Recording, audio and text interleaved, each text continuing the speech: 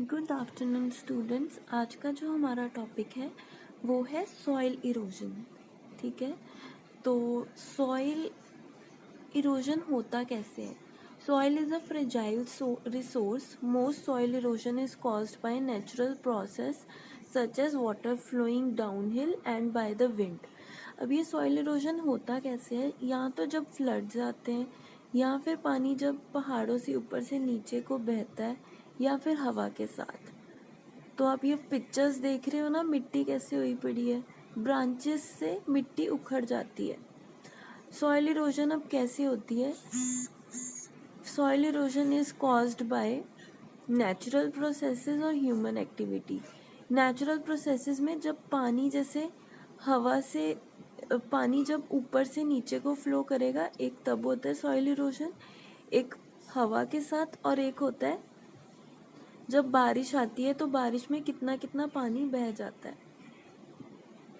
ठीक है, next is human activities से कैसे होती है सॉइल इरोजन? ओवर क्रॉपिंग, हमने ज़्यादा कम एरिया में ज़्यादा पौधे लगा दिए। ठीक है, या फिर हमने बिल्कुल भी ट्रीज प्लांट नहीं किए, थोड़ी सी हवा चली या फिर पानी आया तो वो सारी मिट्टी जो है वो इरोड होगी।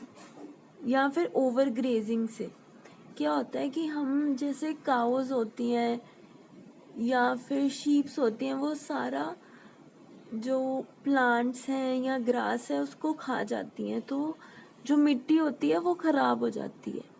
ठीक है, उसमें वो बात नहीं रहती, जैसे वो एक मिनरल्स वगैरह वो सब खत्म हो जाते हैं, तो हवा के साथ या पानी के साथ जो मिट्टी है वो इरोड हो जाती है। Problems caused by soil erosions, एक तो जो टॉप फर्स्ट है loss of valuable top soil. जो ऊपर वाली टॉप सॉइल होती है वो सारी खराब हो जाती है। ठीक है, बरिंग वैल्यूएबल टॉप सॉइल, अब जो टॉप सॉइल है उसमें कितने मिनरल्स विटामिन होते हैं वो सारे पानी में बह जाते हैं या हवा में उड़ जाते हैं।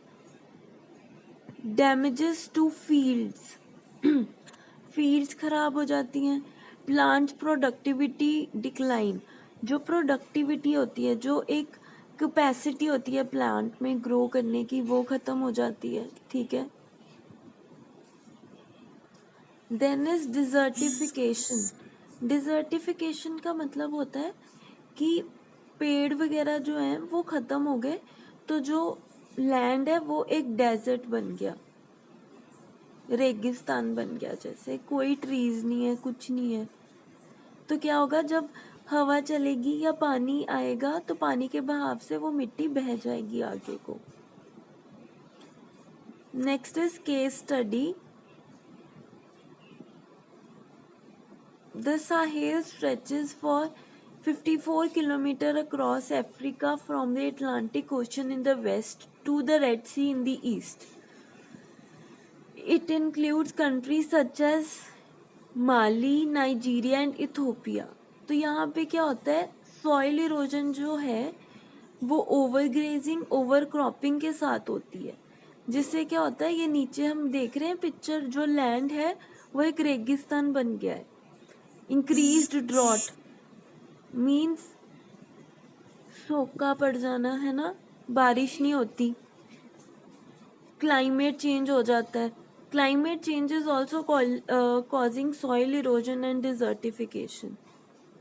ठीक है, नेक्स्ट ओवर ग्रेजिंग क्या होता है? Over grazing is when farmers allot too many animals to graze an area of land. This damages the soil structure and removes plant cover along the soil to blow away. मैंने बताया ना कि जैसे cause होती हैं या sheeps होती हैं, वो लैंड के एरिया को सारे उसके जो प्लांट्स वगैरह हैं वो खा जाती है। उससे क्या होता है, पेड़ कोई रहता ही नहीं है वहाँ पे, तो हवा जब चलती है मिट्टी उड़ जाती है, या फिर जब पानी बारिश वगैरह होती है तो जो इम्पॉर्टेंट मिनरल्स होते हैं वो पानी के साथ वॉश आउट हो जाते हैं। Over cropping, when the land is continuously framed the nutrients are drained from the soil which destroys soil structure and make it less fertile. ऐसे जब हम थोड़ी सी जगह पे ज़्यादा क्रॉप्स लगा देंगे तो क्या होगा, वो क्रॉप की जो एक तो मिट्टी की क्वालिटी कम हो जाएगी और क्रॉप की भी कम हो जाएगी। मिट्टी की quality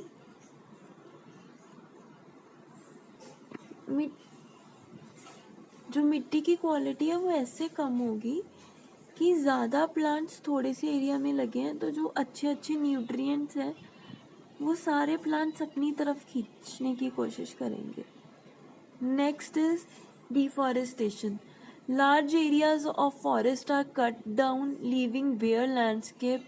Trees and plant roots prevent soil erosion. When they are removed, the soil dries out due to constant exposure to the sun and is easily blown away or washed away.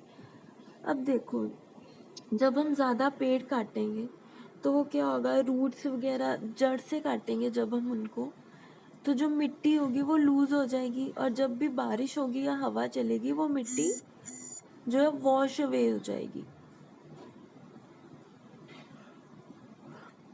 आगे है climate change.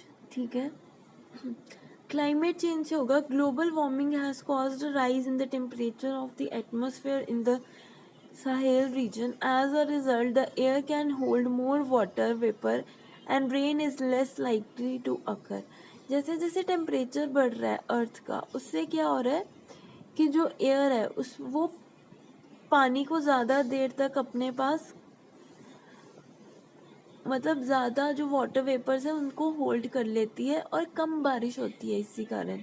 The rain does not come on time anymore. After we plant, the rain stops. Just as our crops starts to grow and it begins to rain after the crops have already been ruined.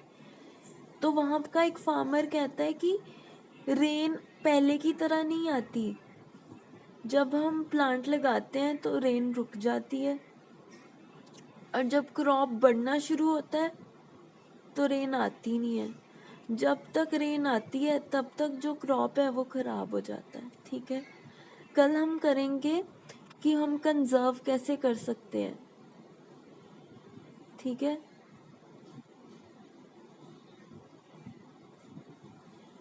Soil को। Thank you, I hope आपको ये lecture समझ लगा हो। कोई topic में doubt हो, let me know.